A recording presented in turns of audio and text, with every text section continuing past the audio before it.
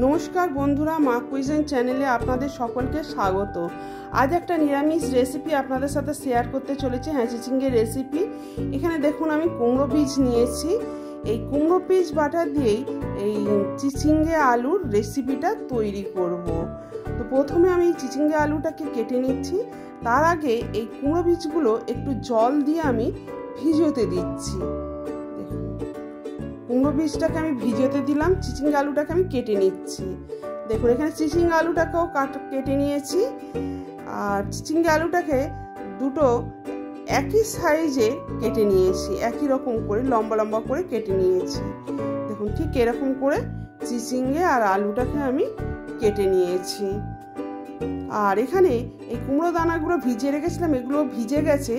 এই কুমড়ো দানাগুলো আমি ছাড়িয়ে নেব। কুমড়ো দানাগুলো আমি ছাড়িয়ে নিয়েছি। ছাড়াতে দেখুন কতটুকু হয়ে গেছে। এই কুমড়ো বীজগুলো বেটে নিতে হবে। আর এদিকে আমি ওভেনে একটা কড়াকে গরম করতে দিলাম। আর এই কড়াতেই আমি প্রয়োজন মতো তেল দিয়ে দিলাম। এখানে তেলটা গরম হয়ে গেছে। আর এই রেসিপিটা আমি একটু মটর ডালের বড়ি দিয়ে তৈরি করব। তো এক মুঠো মটর ডালের বড়ি আমি নিয়েছি, ভেজে নিচ্ছি। দেখুন ঠিক এইভাবে একটু লালচে করে বড়িগুলো আমি ভেজে নিচ্ছি। যে কোনো নিরামিষ রেসিপিতেই বড়ি দিয়ে করবেন, বেশ ভালোই লাগবে। দেখুন বড়িগুলো ভাজা হয়ে গেছে, এবার আমি তুলে নিচ্ছি। এই রকম লাল করে ভেজে নিতে হবে। সব বড়িগুলো আমি তুলে নিলাম। আর এই তেলেতেই সামান্য একটু 5 ফোড়ন দিয়ে দিলাম।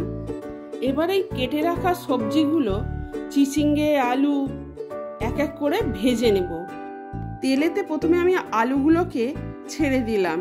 এই প্রথমে আলুগুলোকে আমি ভালো করে তেলে ভেজে নিচ্ছি। একটু ভালো করে কষতে হবে। আবার এরই ওপরে চিচিঙ্গেগুলো তুলে দিচ্ছি। সব চিচিঙ্গেগুলো তুলে দিলাম। এবার আলু আর চিচিঙ্গে ভালো করে তেলেতে কষতে হবে। বন্ধুরা, আজকের এই রেসিপিটা হলো চিচিঙ্গে আলু ঝাল। আমি এতে একটু বড়ি দিয়ে তৈরি করছি। নিরামিষ দিনে এই চিচিঙ্গে আলুর ঝাল বড়ি দিয়ে বেশ ভালো লাগে।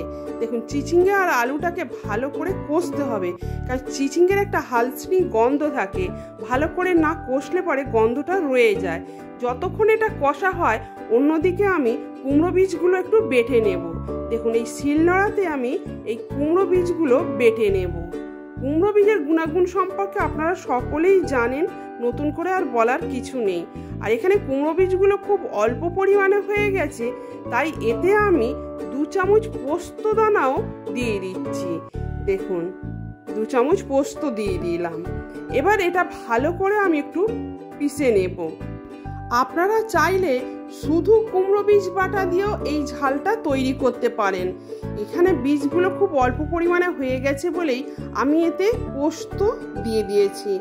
দেখুন পোস্তটা ভালো করে বেটে নিতে হবে।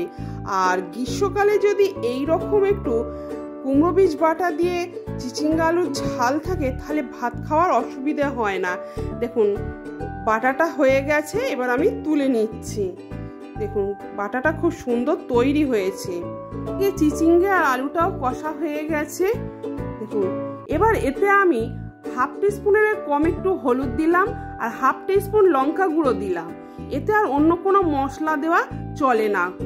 এবার একটু এটা ভালো করে একটু আমি কষে নিচ্ছি। একটু শুকনো শুকনো করে কষে নিয়ে আর জল দিয়ে দিলাম। দেখুন আবারও একটু আমি নাড়াচাড়া করে দিলাম। আর এইটা আবার আমি মিনিট 5 জন্য একটু সিদ্ধ হতে দেবো, কারণ চিচিঙ্গে আলুটা সিদ্ধ হওয়ার প্রয়োজন আছে। এতে ভেজে রাখা বড়িগুলো দিয়ে চাপা দিয়ে দিলাম। দেখুন মিনিট 5 পর দেখুন বড়িগুলো ভাবে সিদ্ধ হয়ে গেছে, আর চিচিঙ্গে আলুটা তো সিদ্ধ হয়েইছে। এবার একটু ভালো করে নাড়াচাড়া করে দিচ্ছি। এইভাবে একটু নাড়াচাড়া করে দিয়ে, আর দেখুন আলুটা ভালোই সিদ্ধ হয়েছে। এবার এতে আমি এই পোস্ত আর কুমড়ো বীজ বাটাটা আমি দিয়ে দিচ্ছি। এটা আগে দেওয়া যাবে না, নামাবার আগেই এই পোস্ত আর কুমড়ো বীজ বাটাটা দিতে হয়। এই পোস্ত আর কুমড়ো বীজ বাটাটা দিয়ে ভালো করে নেড়ে চেড়ে দেখুন একটু গাঢ় মতন তৈরি করে নিতে হবে। দেখুন চিচিঙ্গে আলুর ঝাল পুরো তৈরি হয়ে গেছে। এবার এটা আমি নামিয়ে নেব। একটু রসটা শুকনো হয়ে যাবে। চিচিঙ্গে আলুর ঝাল তৈরি হয়ে গেছে, নামিয়ে নিলাম। আজকের এই রেসিপি আপনাদের কেমন লাগলো বন্ধুরা কমেন্ট করে জানাবেন। আজকের এই চিচিঙ্গে আলুর ঝালের রেসিপি যদি আপনাদের ভালো লাগে তাহলে একটা লাইক অবশ্যই করবেন। দেখুন চিচিঙ্গে আলুর ঝাল পুরোপুরি তৈরি হয়ে গেছে, আর পারলে শেয়ারও করতে পারেন। আর আমার চ্যানেলের যদি নতুন ভিউয়ার্স হন সাবস্ক্রাইব করতে ভুলবেন না। আর পরবর্তী রেসিপির নোটিফিকেশান পাওয়ার জন্য বেল আইকনটা অবশ্যই প্রেস করবেন। আপনাদের কাছে অনুরোধ, আপনারাও এই রেসিপিটা একবার ট্রাই করুন। সুস্থ থাকুন, ভালো থাকুন, ধন্যবাদ।